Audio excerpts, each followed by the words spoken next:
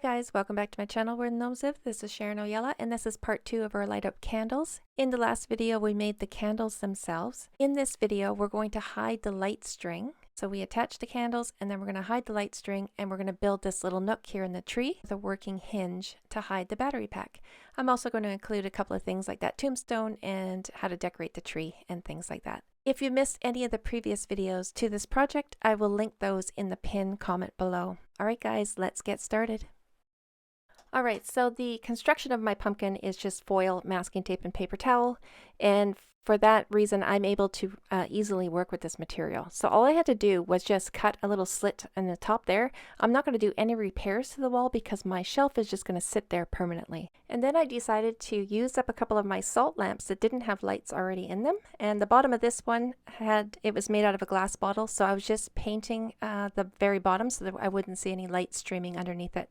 And then I push one light in there and I'm going to hot glue a little piece of felt at the bottom. That will seal the light in and also finish off the bottom. Now the remaining lights, I could have painted them black, but because my stairs are built the way they are, I didn't have to because there's actually no riser in between them. And I could push these lights all the way in and then I'm going to glue in a riser. But if I already had a riser there, then I would paint those lights black, just like I showed with the fun-shaped shelf, and then I could put a riser in front of it. This is just a piece of cardboard that I painted black on the front side, and I'm just hot gluing this in. So I'm going to put that right in front, and that will seal those other lights in there and hide them. And then you can see behind my salt lamps there is a little bit of a wire. Now if I was worried about that, you can't really see. I'm zooming in, that's why you can see it here. If you could see the silver wire, then I would just paint that the same color as my walls, and that would take care of that. So the riser's in the bottom there, and the third stair has a riser as well. And then my string comes around the bottom of the tree, and here I'm just trying to decide where I'm going to stick it, and I've decided to go right into the tree itself. So again, because my material, even though it's super strong, like you have to have a knife to cut into it, you can't just tear it apart, and it's not going to crumble with any weight. But if you want to get into the material, then you have to use a knife or a saw. So I'm going to cut a little hole here, and I'm going to pull out the foil that's in there and any masking tape. Now this is a bit of an extension that I've added over the tree that I built in 2020 on this pumpkin. So there is a tree behind it, and behind that is my stairs. I can only go in so far, but I'm going to make this work. I pulled out all the foil and the masking tape that was stuck in there, and now I'm just going to line the wall that's in there and the exposed foil with masking tape again. And this will be the little cubby hole for my battery pack. So my battery pack's going to fit right inside there. But I want to make sure I have enough room with the string there that I could take it out, remove the batteries when I need to, and replace them.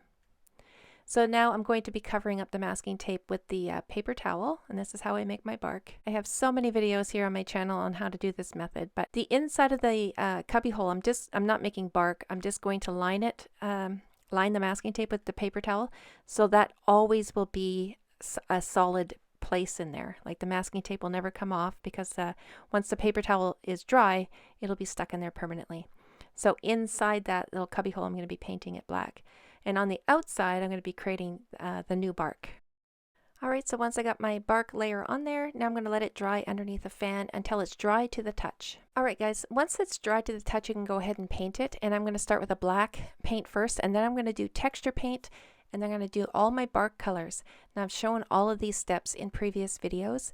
If you need to see that, you can go into the timestamps below, into the pinned comment, and underneath the timestamps I will have a video and it'll say bark painting.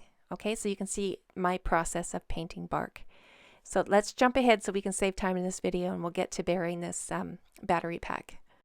Alright, so I had a couple of ideas for covering up this hole in the tree, and it's just going to be a patch with another piece of bark. And it's going to be made, the bark is going to be made the same way I made the tree, so all those steps. Alright, so once I had that made, and then I was trying to figure out how am I going to do this. So I decided to cut the top off underneath my thumb there. I'm going to cut that off, and then I'm going to add a piece of fabric as a hinge. So let's jump ahead to that. Okay, so for part of my filming, it didn't turn out. I actually wasn't in view. So the big piece underneath my hand is the one I'm going to be using. This piece I'm throwing away, but I'm just showing you how I covered up the foil. So the exposed foil, I just put a bead of tacky glue and then I put a thin piece of fabric over that. This big piece right here. So tacky glue and then a thin piece of fabric, and now I'm painting that black. And I'm going to let that dry.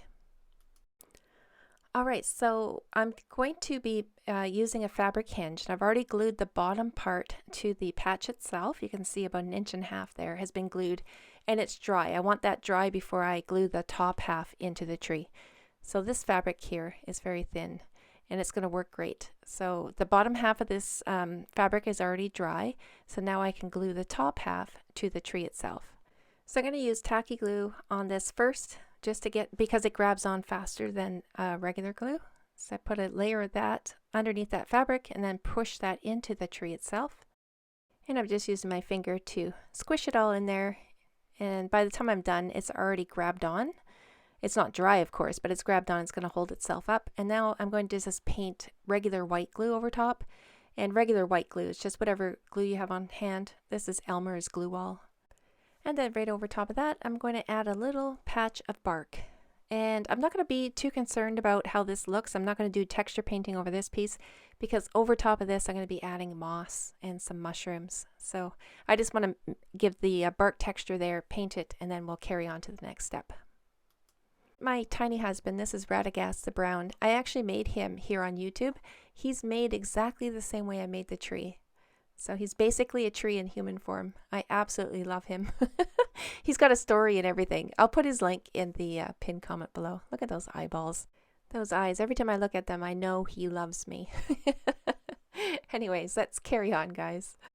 Alright, so like I said in the beginning, the shed itself is going to be shown in the next video. I'm just going to be adding some stonework here, just to fill in the back space. So I'm actually using real coal that I found on a beach. This is really old coal, and they came in slates, and I just picked them all up, and they break up really easily, so I thought I'd make them into the little pathway here. I show how to make stones out of paper cup trays if you need to see that, and that will be linked in the pinned comment below as well. So I just added a few stones here up to the tree, and then I used tacky glue, and into that tacky glue I'm pushing dollar store moss. And then that moss, of course, went all the way up the tree there. You can see behind there. And now I'm going to be adding these fungus that I made in a previous video, and again, linked in the pinned comment below. I just want to make sure the first one I put in does not interfere with the little door that I'm pulling up. So now I know where I'm going to put it. And I'm going to use hot glue to hold them in place for me. So I'm going to attach it there with hot glue. And then right behind the fungus itself, I'm just going to put a bead of tacky glue, and I'm going to put a little bit more moss in there. And then these will be held in permanently. Now I've attached these kind of fungus before on other trees with just hot glue. They eventually will pop off. So the hot glue is just to hold them in place there until you can get the regular glue on. And it's helpful to look at pictures online of how fungus grows on trees, and then you can see how to arrange them. Alright, so I found 3 more fungus or mushrooms in my stash, and I don't even remember making these. And they've been around for a while. I don't remember making them, but I do know that they're made out of clay. And if you need help making clay mushrooms, I have videos here. You can also just type in YouTube how to make mushrooms. There's lots of videos out there. They're super easy to make when you're using clay. But you can also make them the same way I make my trees, which is make the foil form and paper towel or tape and then paper towel over top of that. I've done that many, many times myself. Alright, so we'll move on to our little tombstone here. It's nothing fancy, it's just a foil form. And I'm cutting it down because I want to make it look like the tree is growing up around it.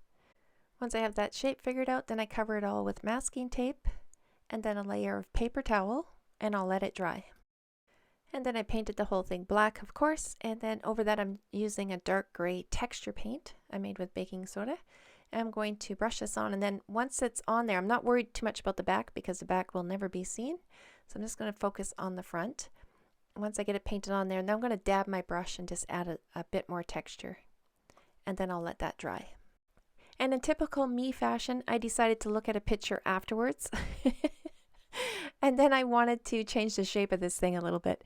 And I should have done all that in the foil form, okay? But it still kind of worked out. I just used scissors and I pushed down on each side just to kind of give it a little bit more shape. And yeah, I'm happy I did it, but the smart thing to do is do it before you add all the material, right? Alright, so now I'm doing the highlighting with the light gray, and I'm just going to go around and dry brush and dab this on there, just give it some more texture and some highlighting. So instead of just writing RIP on there, I thought I would add a little bit more decoration with some stamping. So I just found this plain outlining stamp and some green ink, and I'm just going to place that on there. And it didn't show up too bright, so I decided to outline part of it with this black fine tip pen. Just the part that I'm going to write inside of. So I did stamp on the word cherish, and then I wrote underneath that RIP and added a little heart, and then with green ink went over the whole thing to make it look aged. Now I'm just going to attach it to the tree using hot glue, and then again I'll be putting in tacky glue and some moss to hold it in there permanently.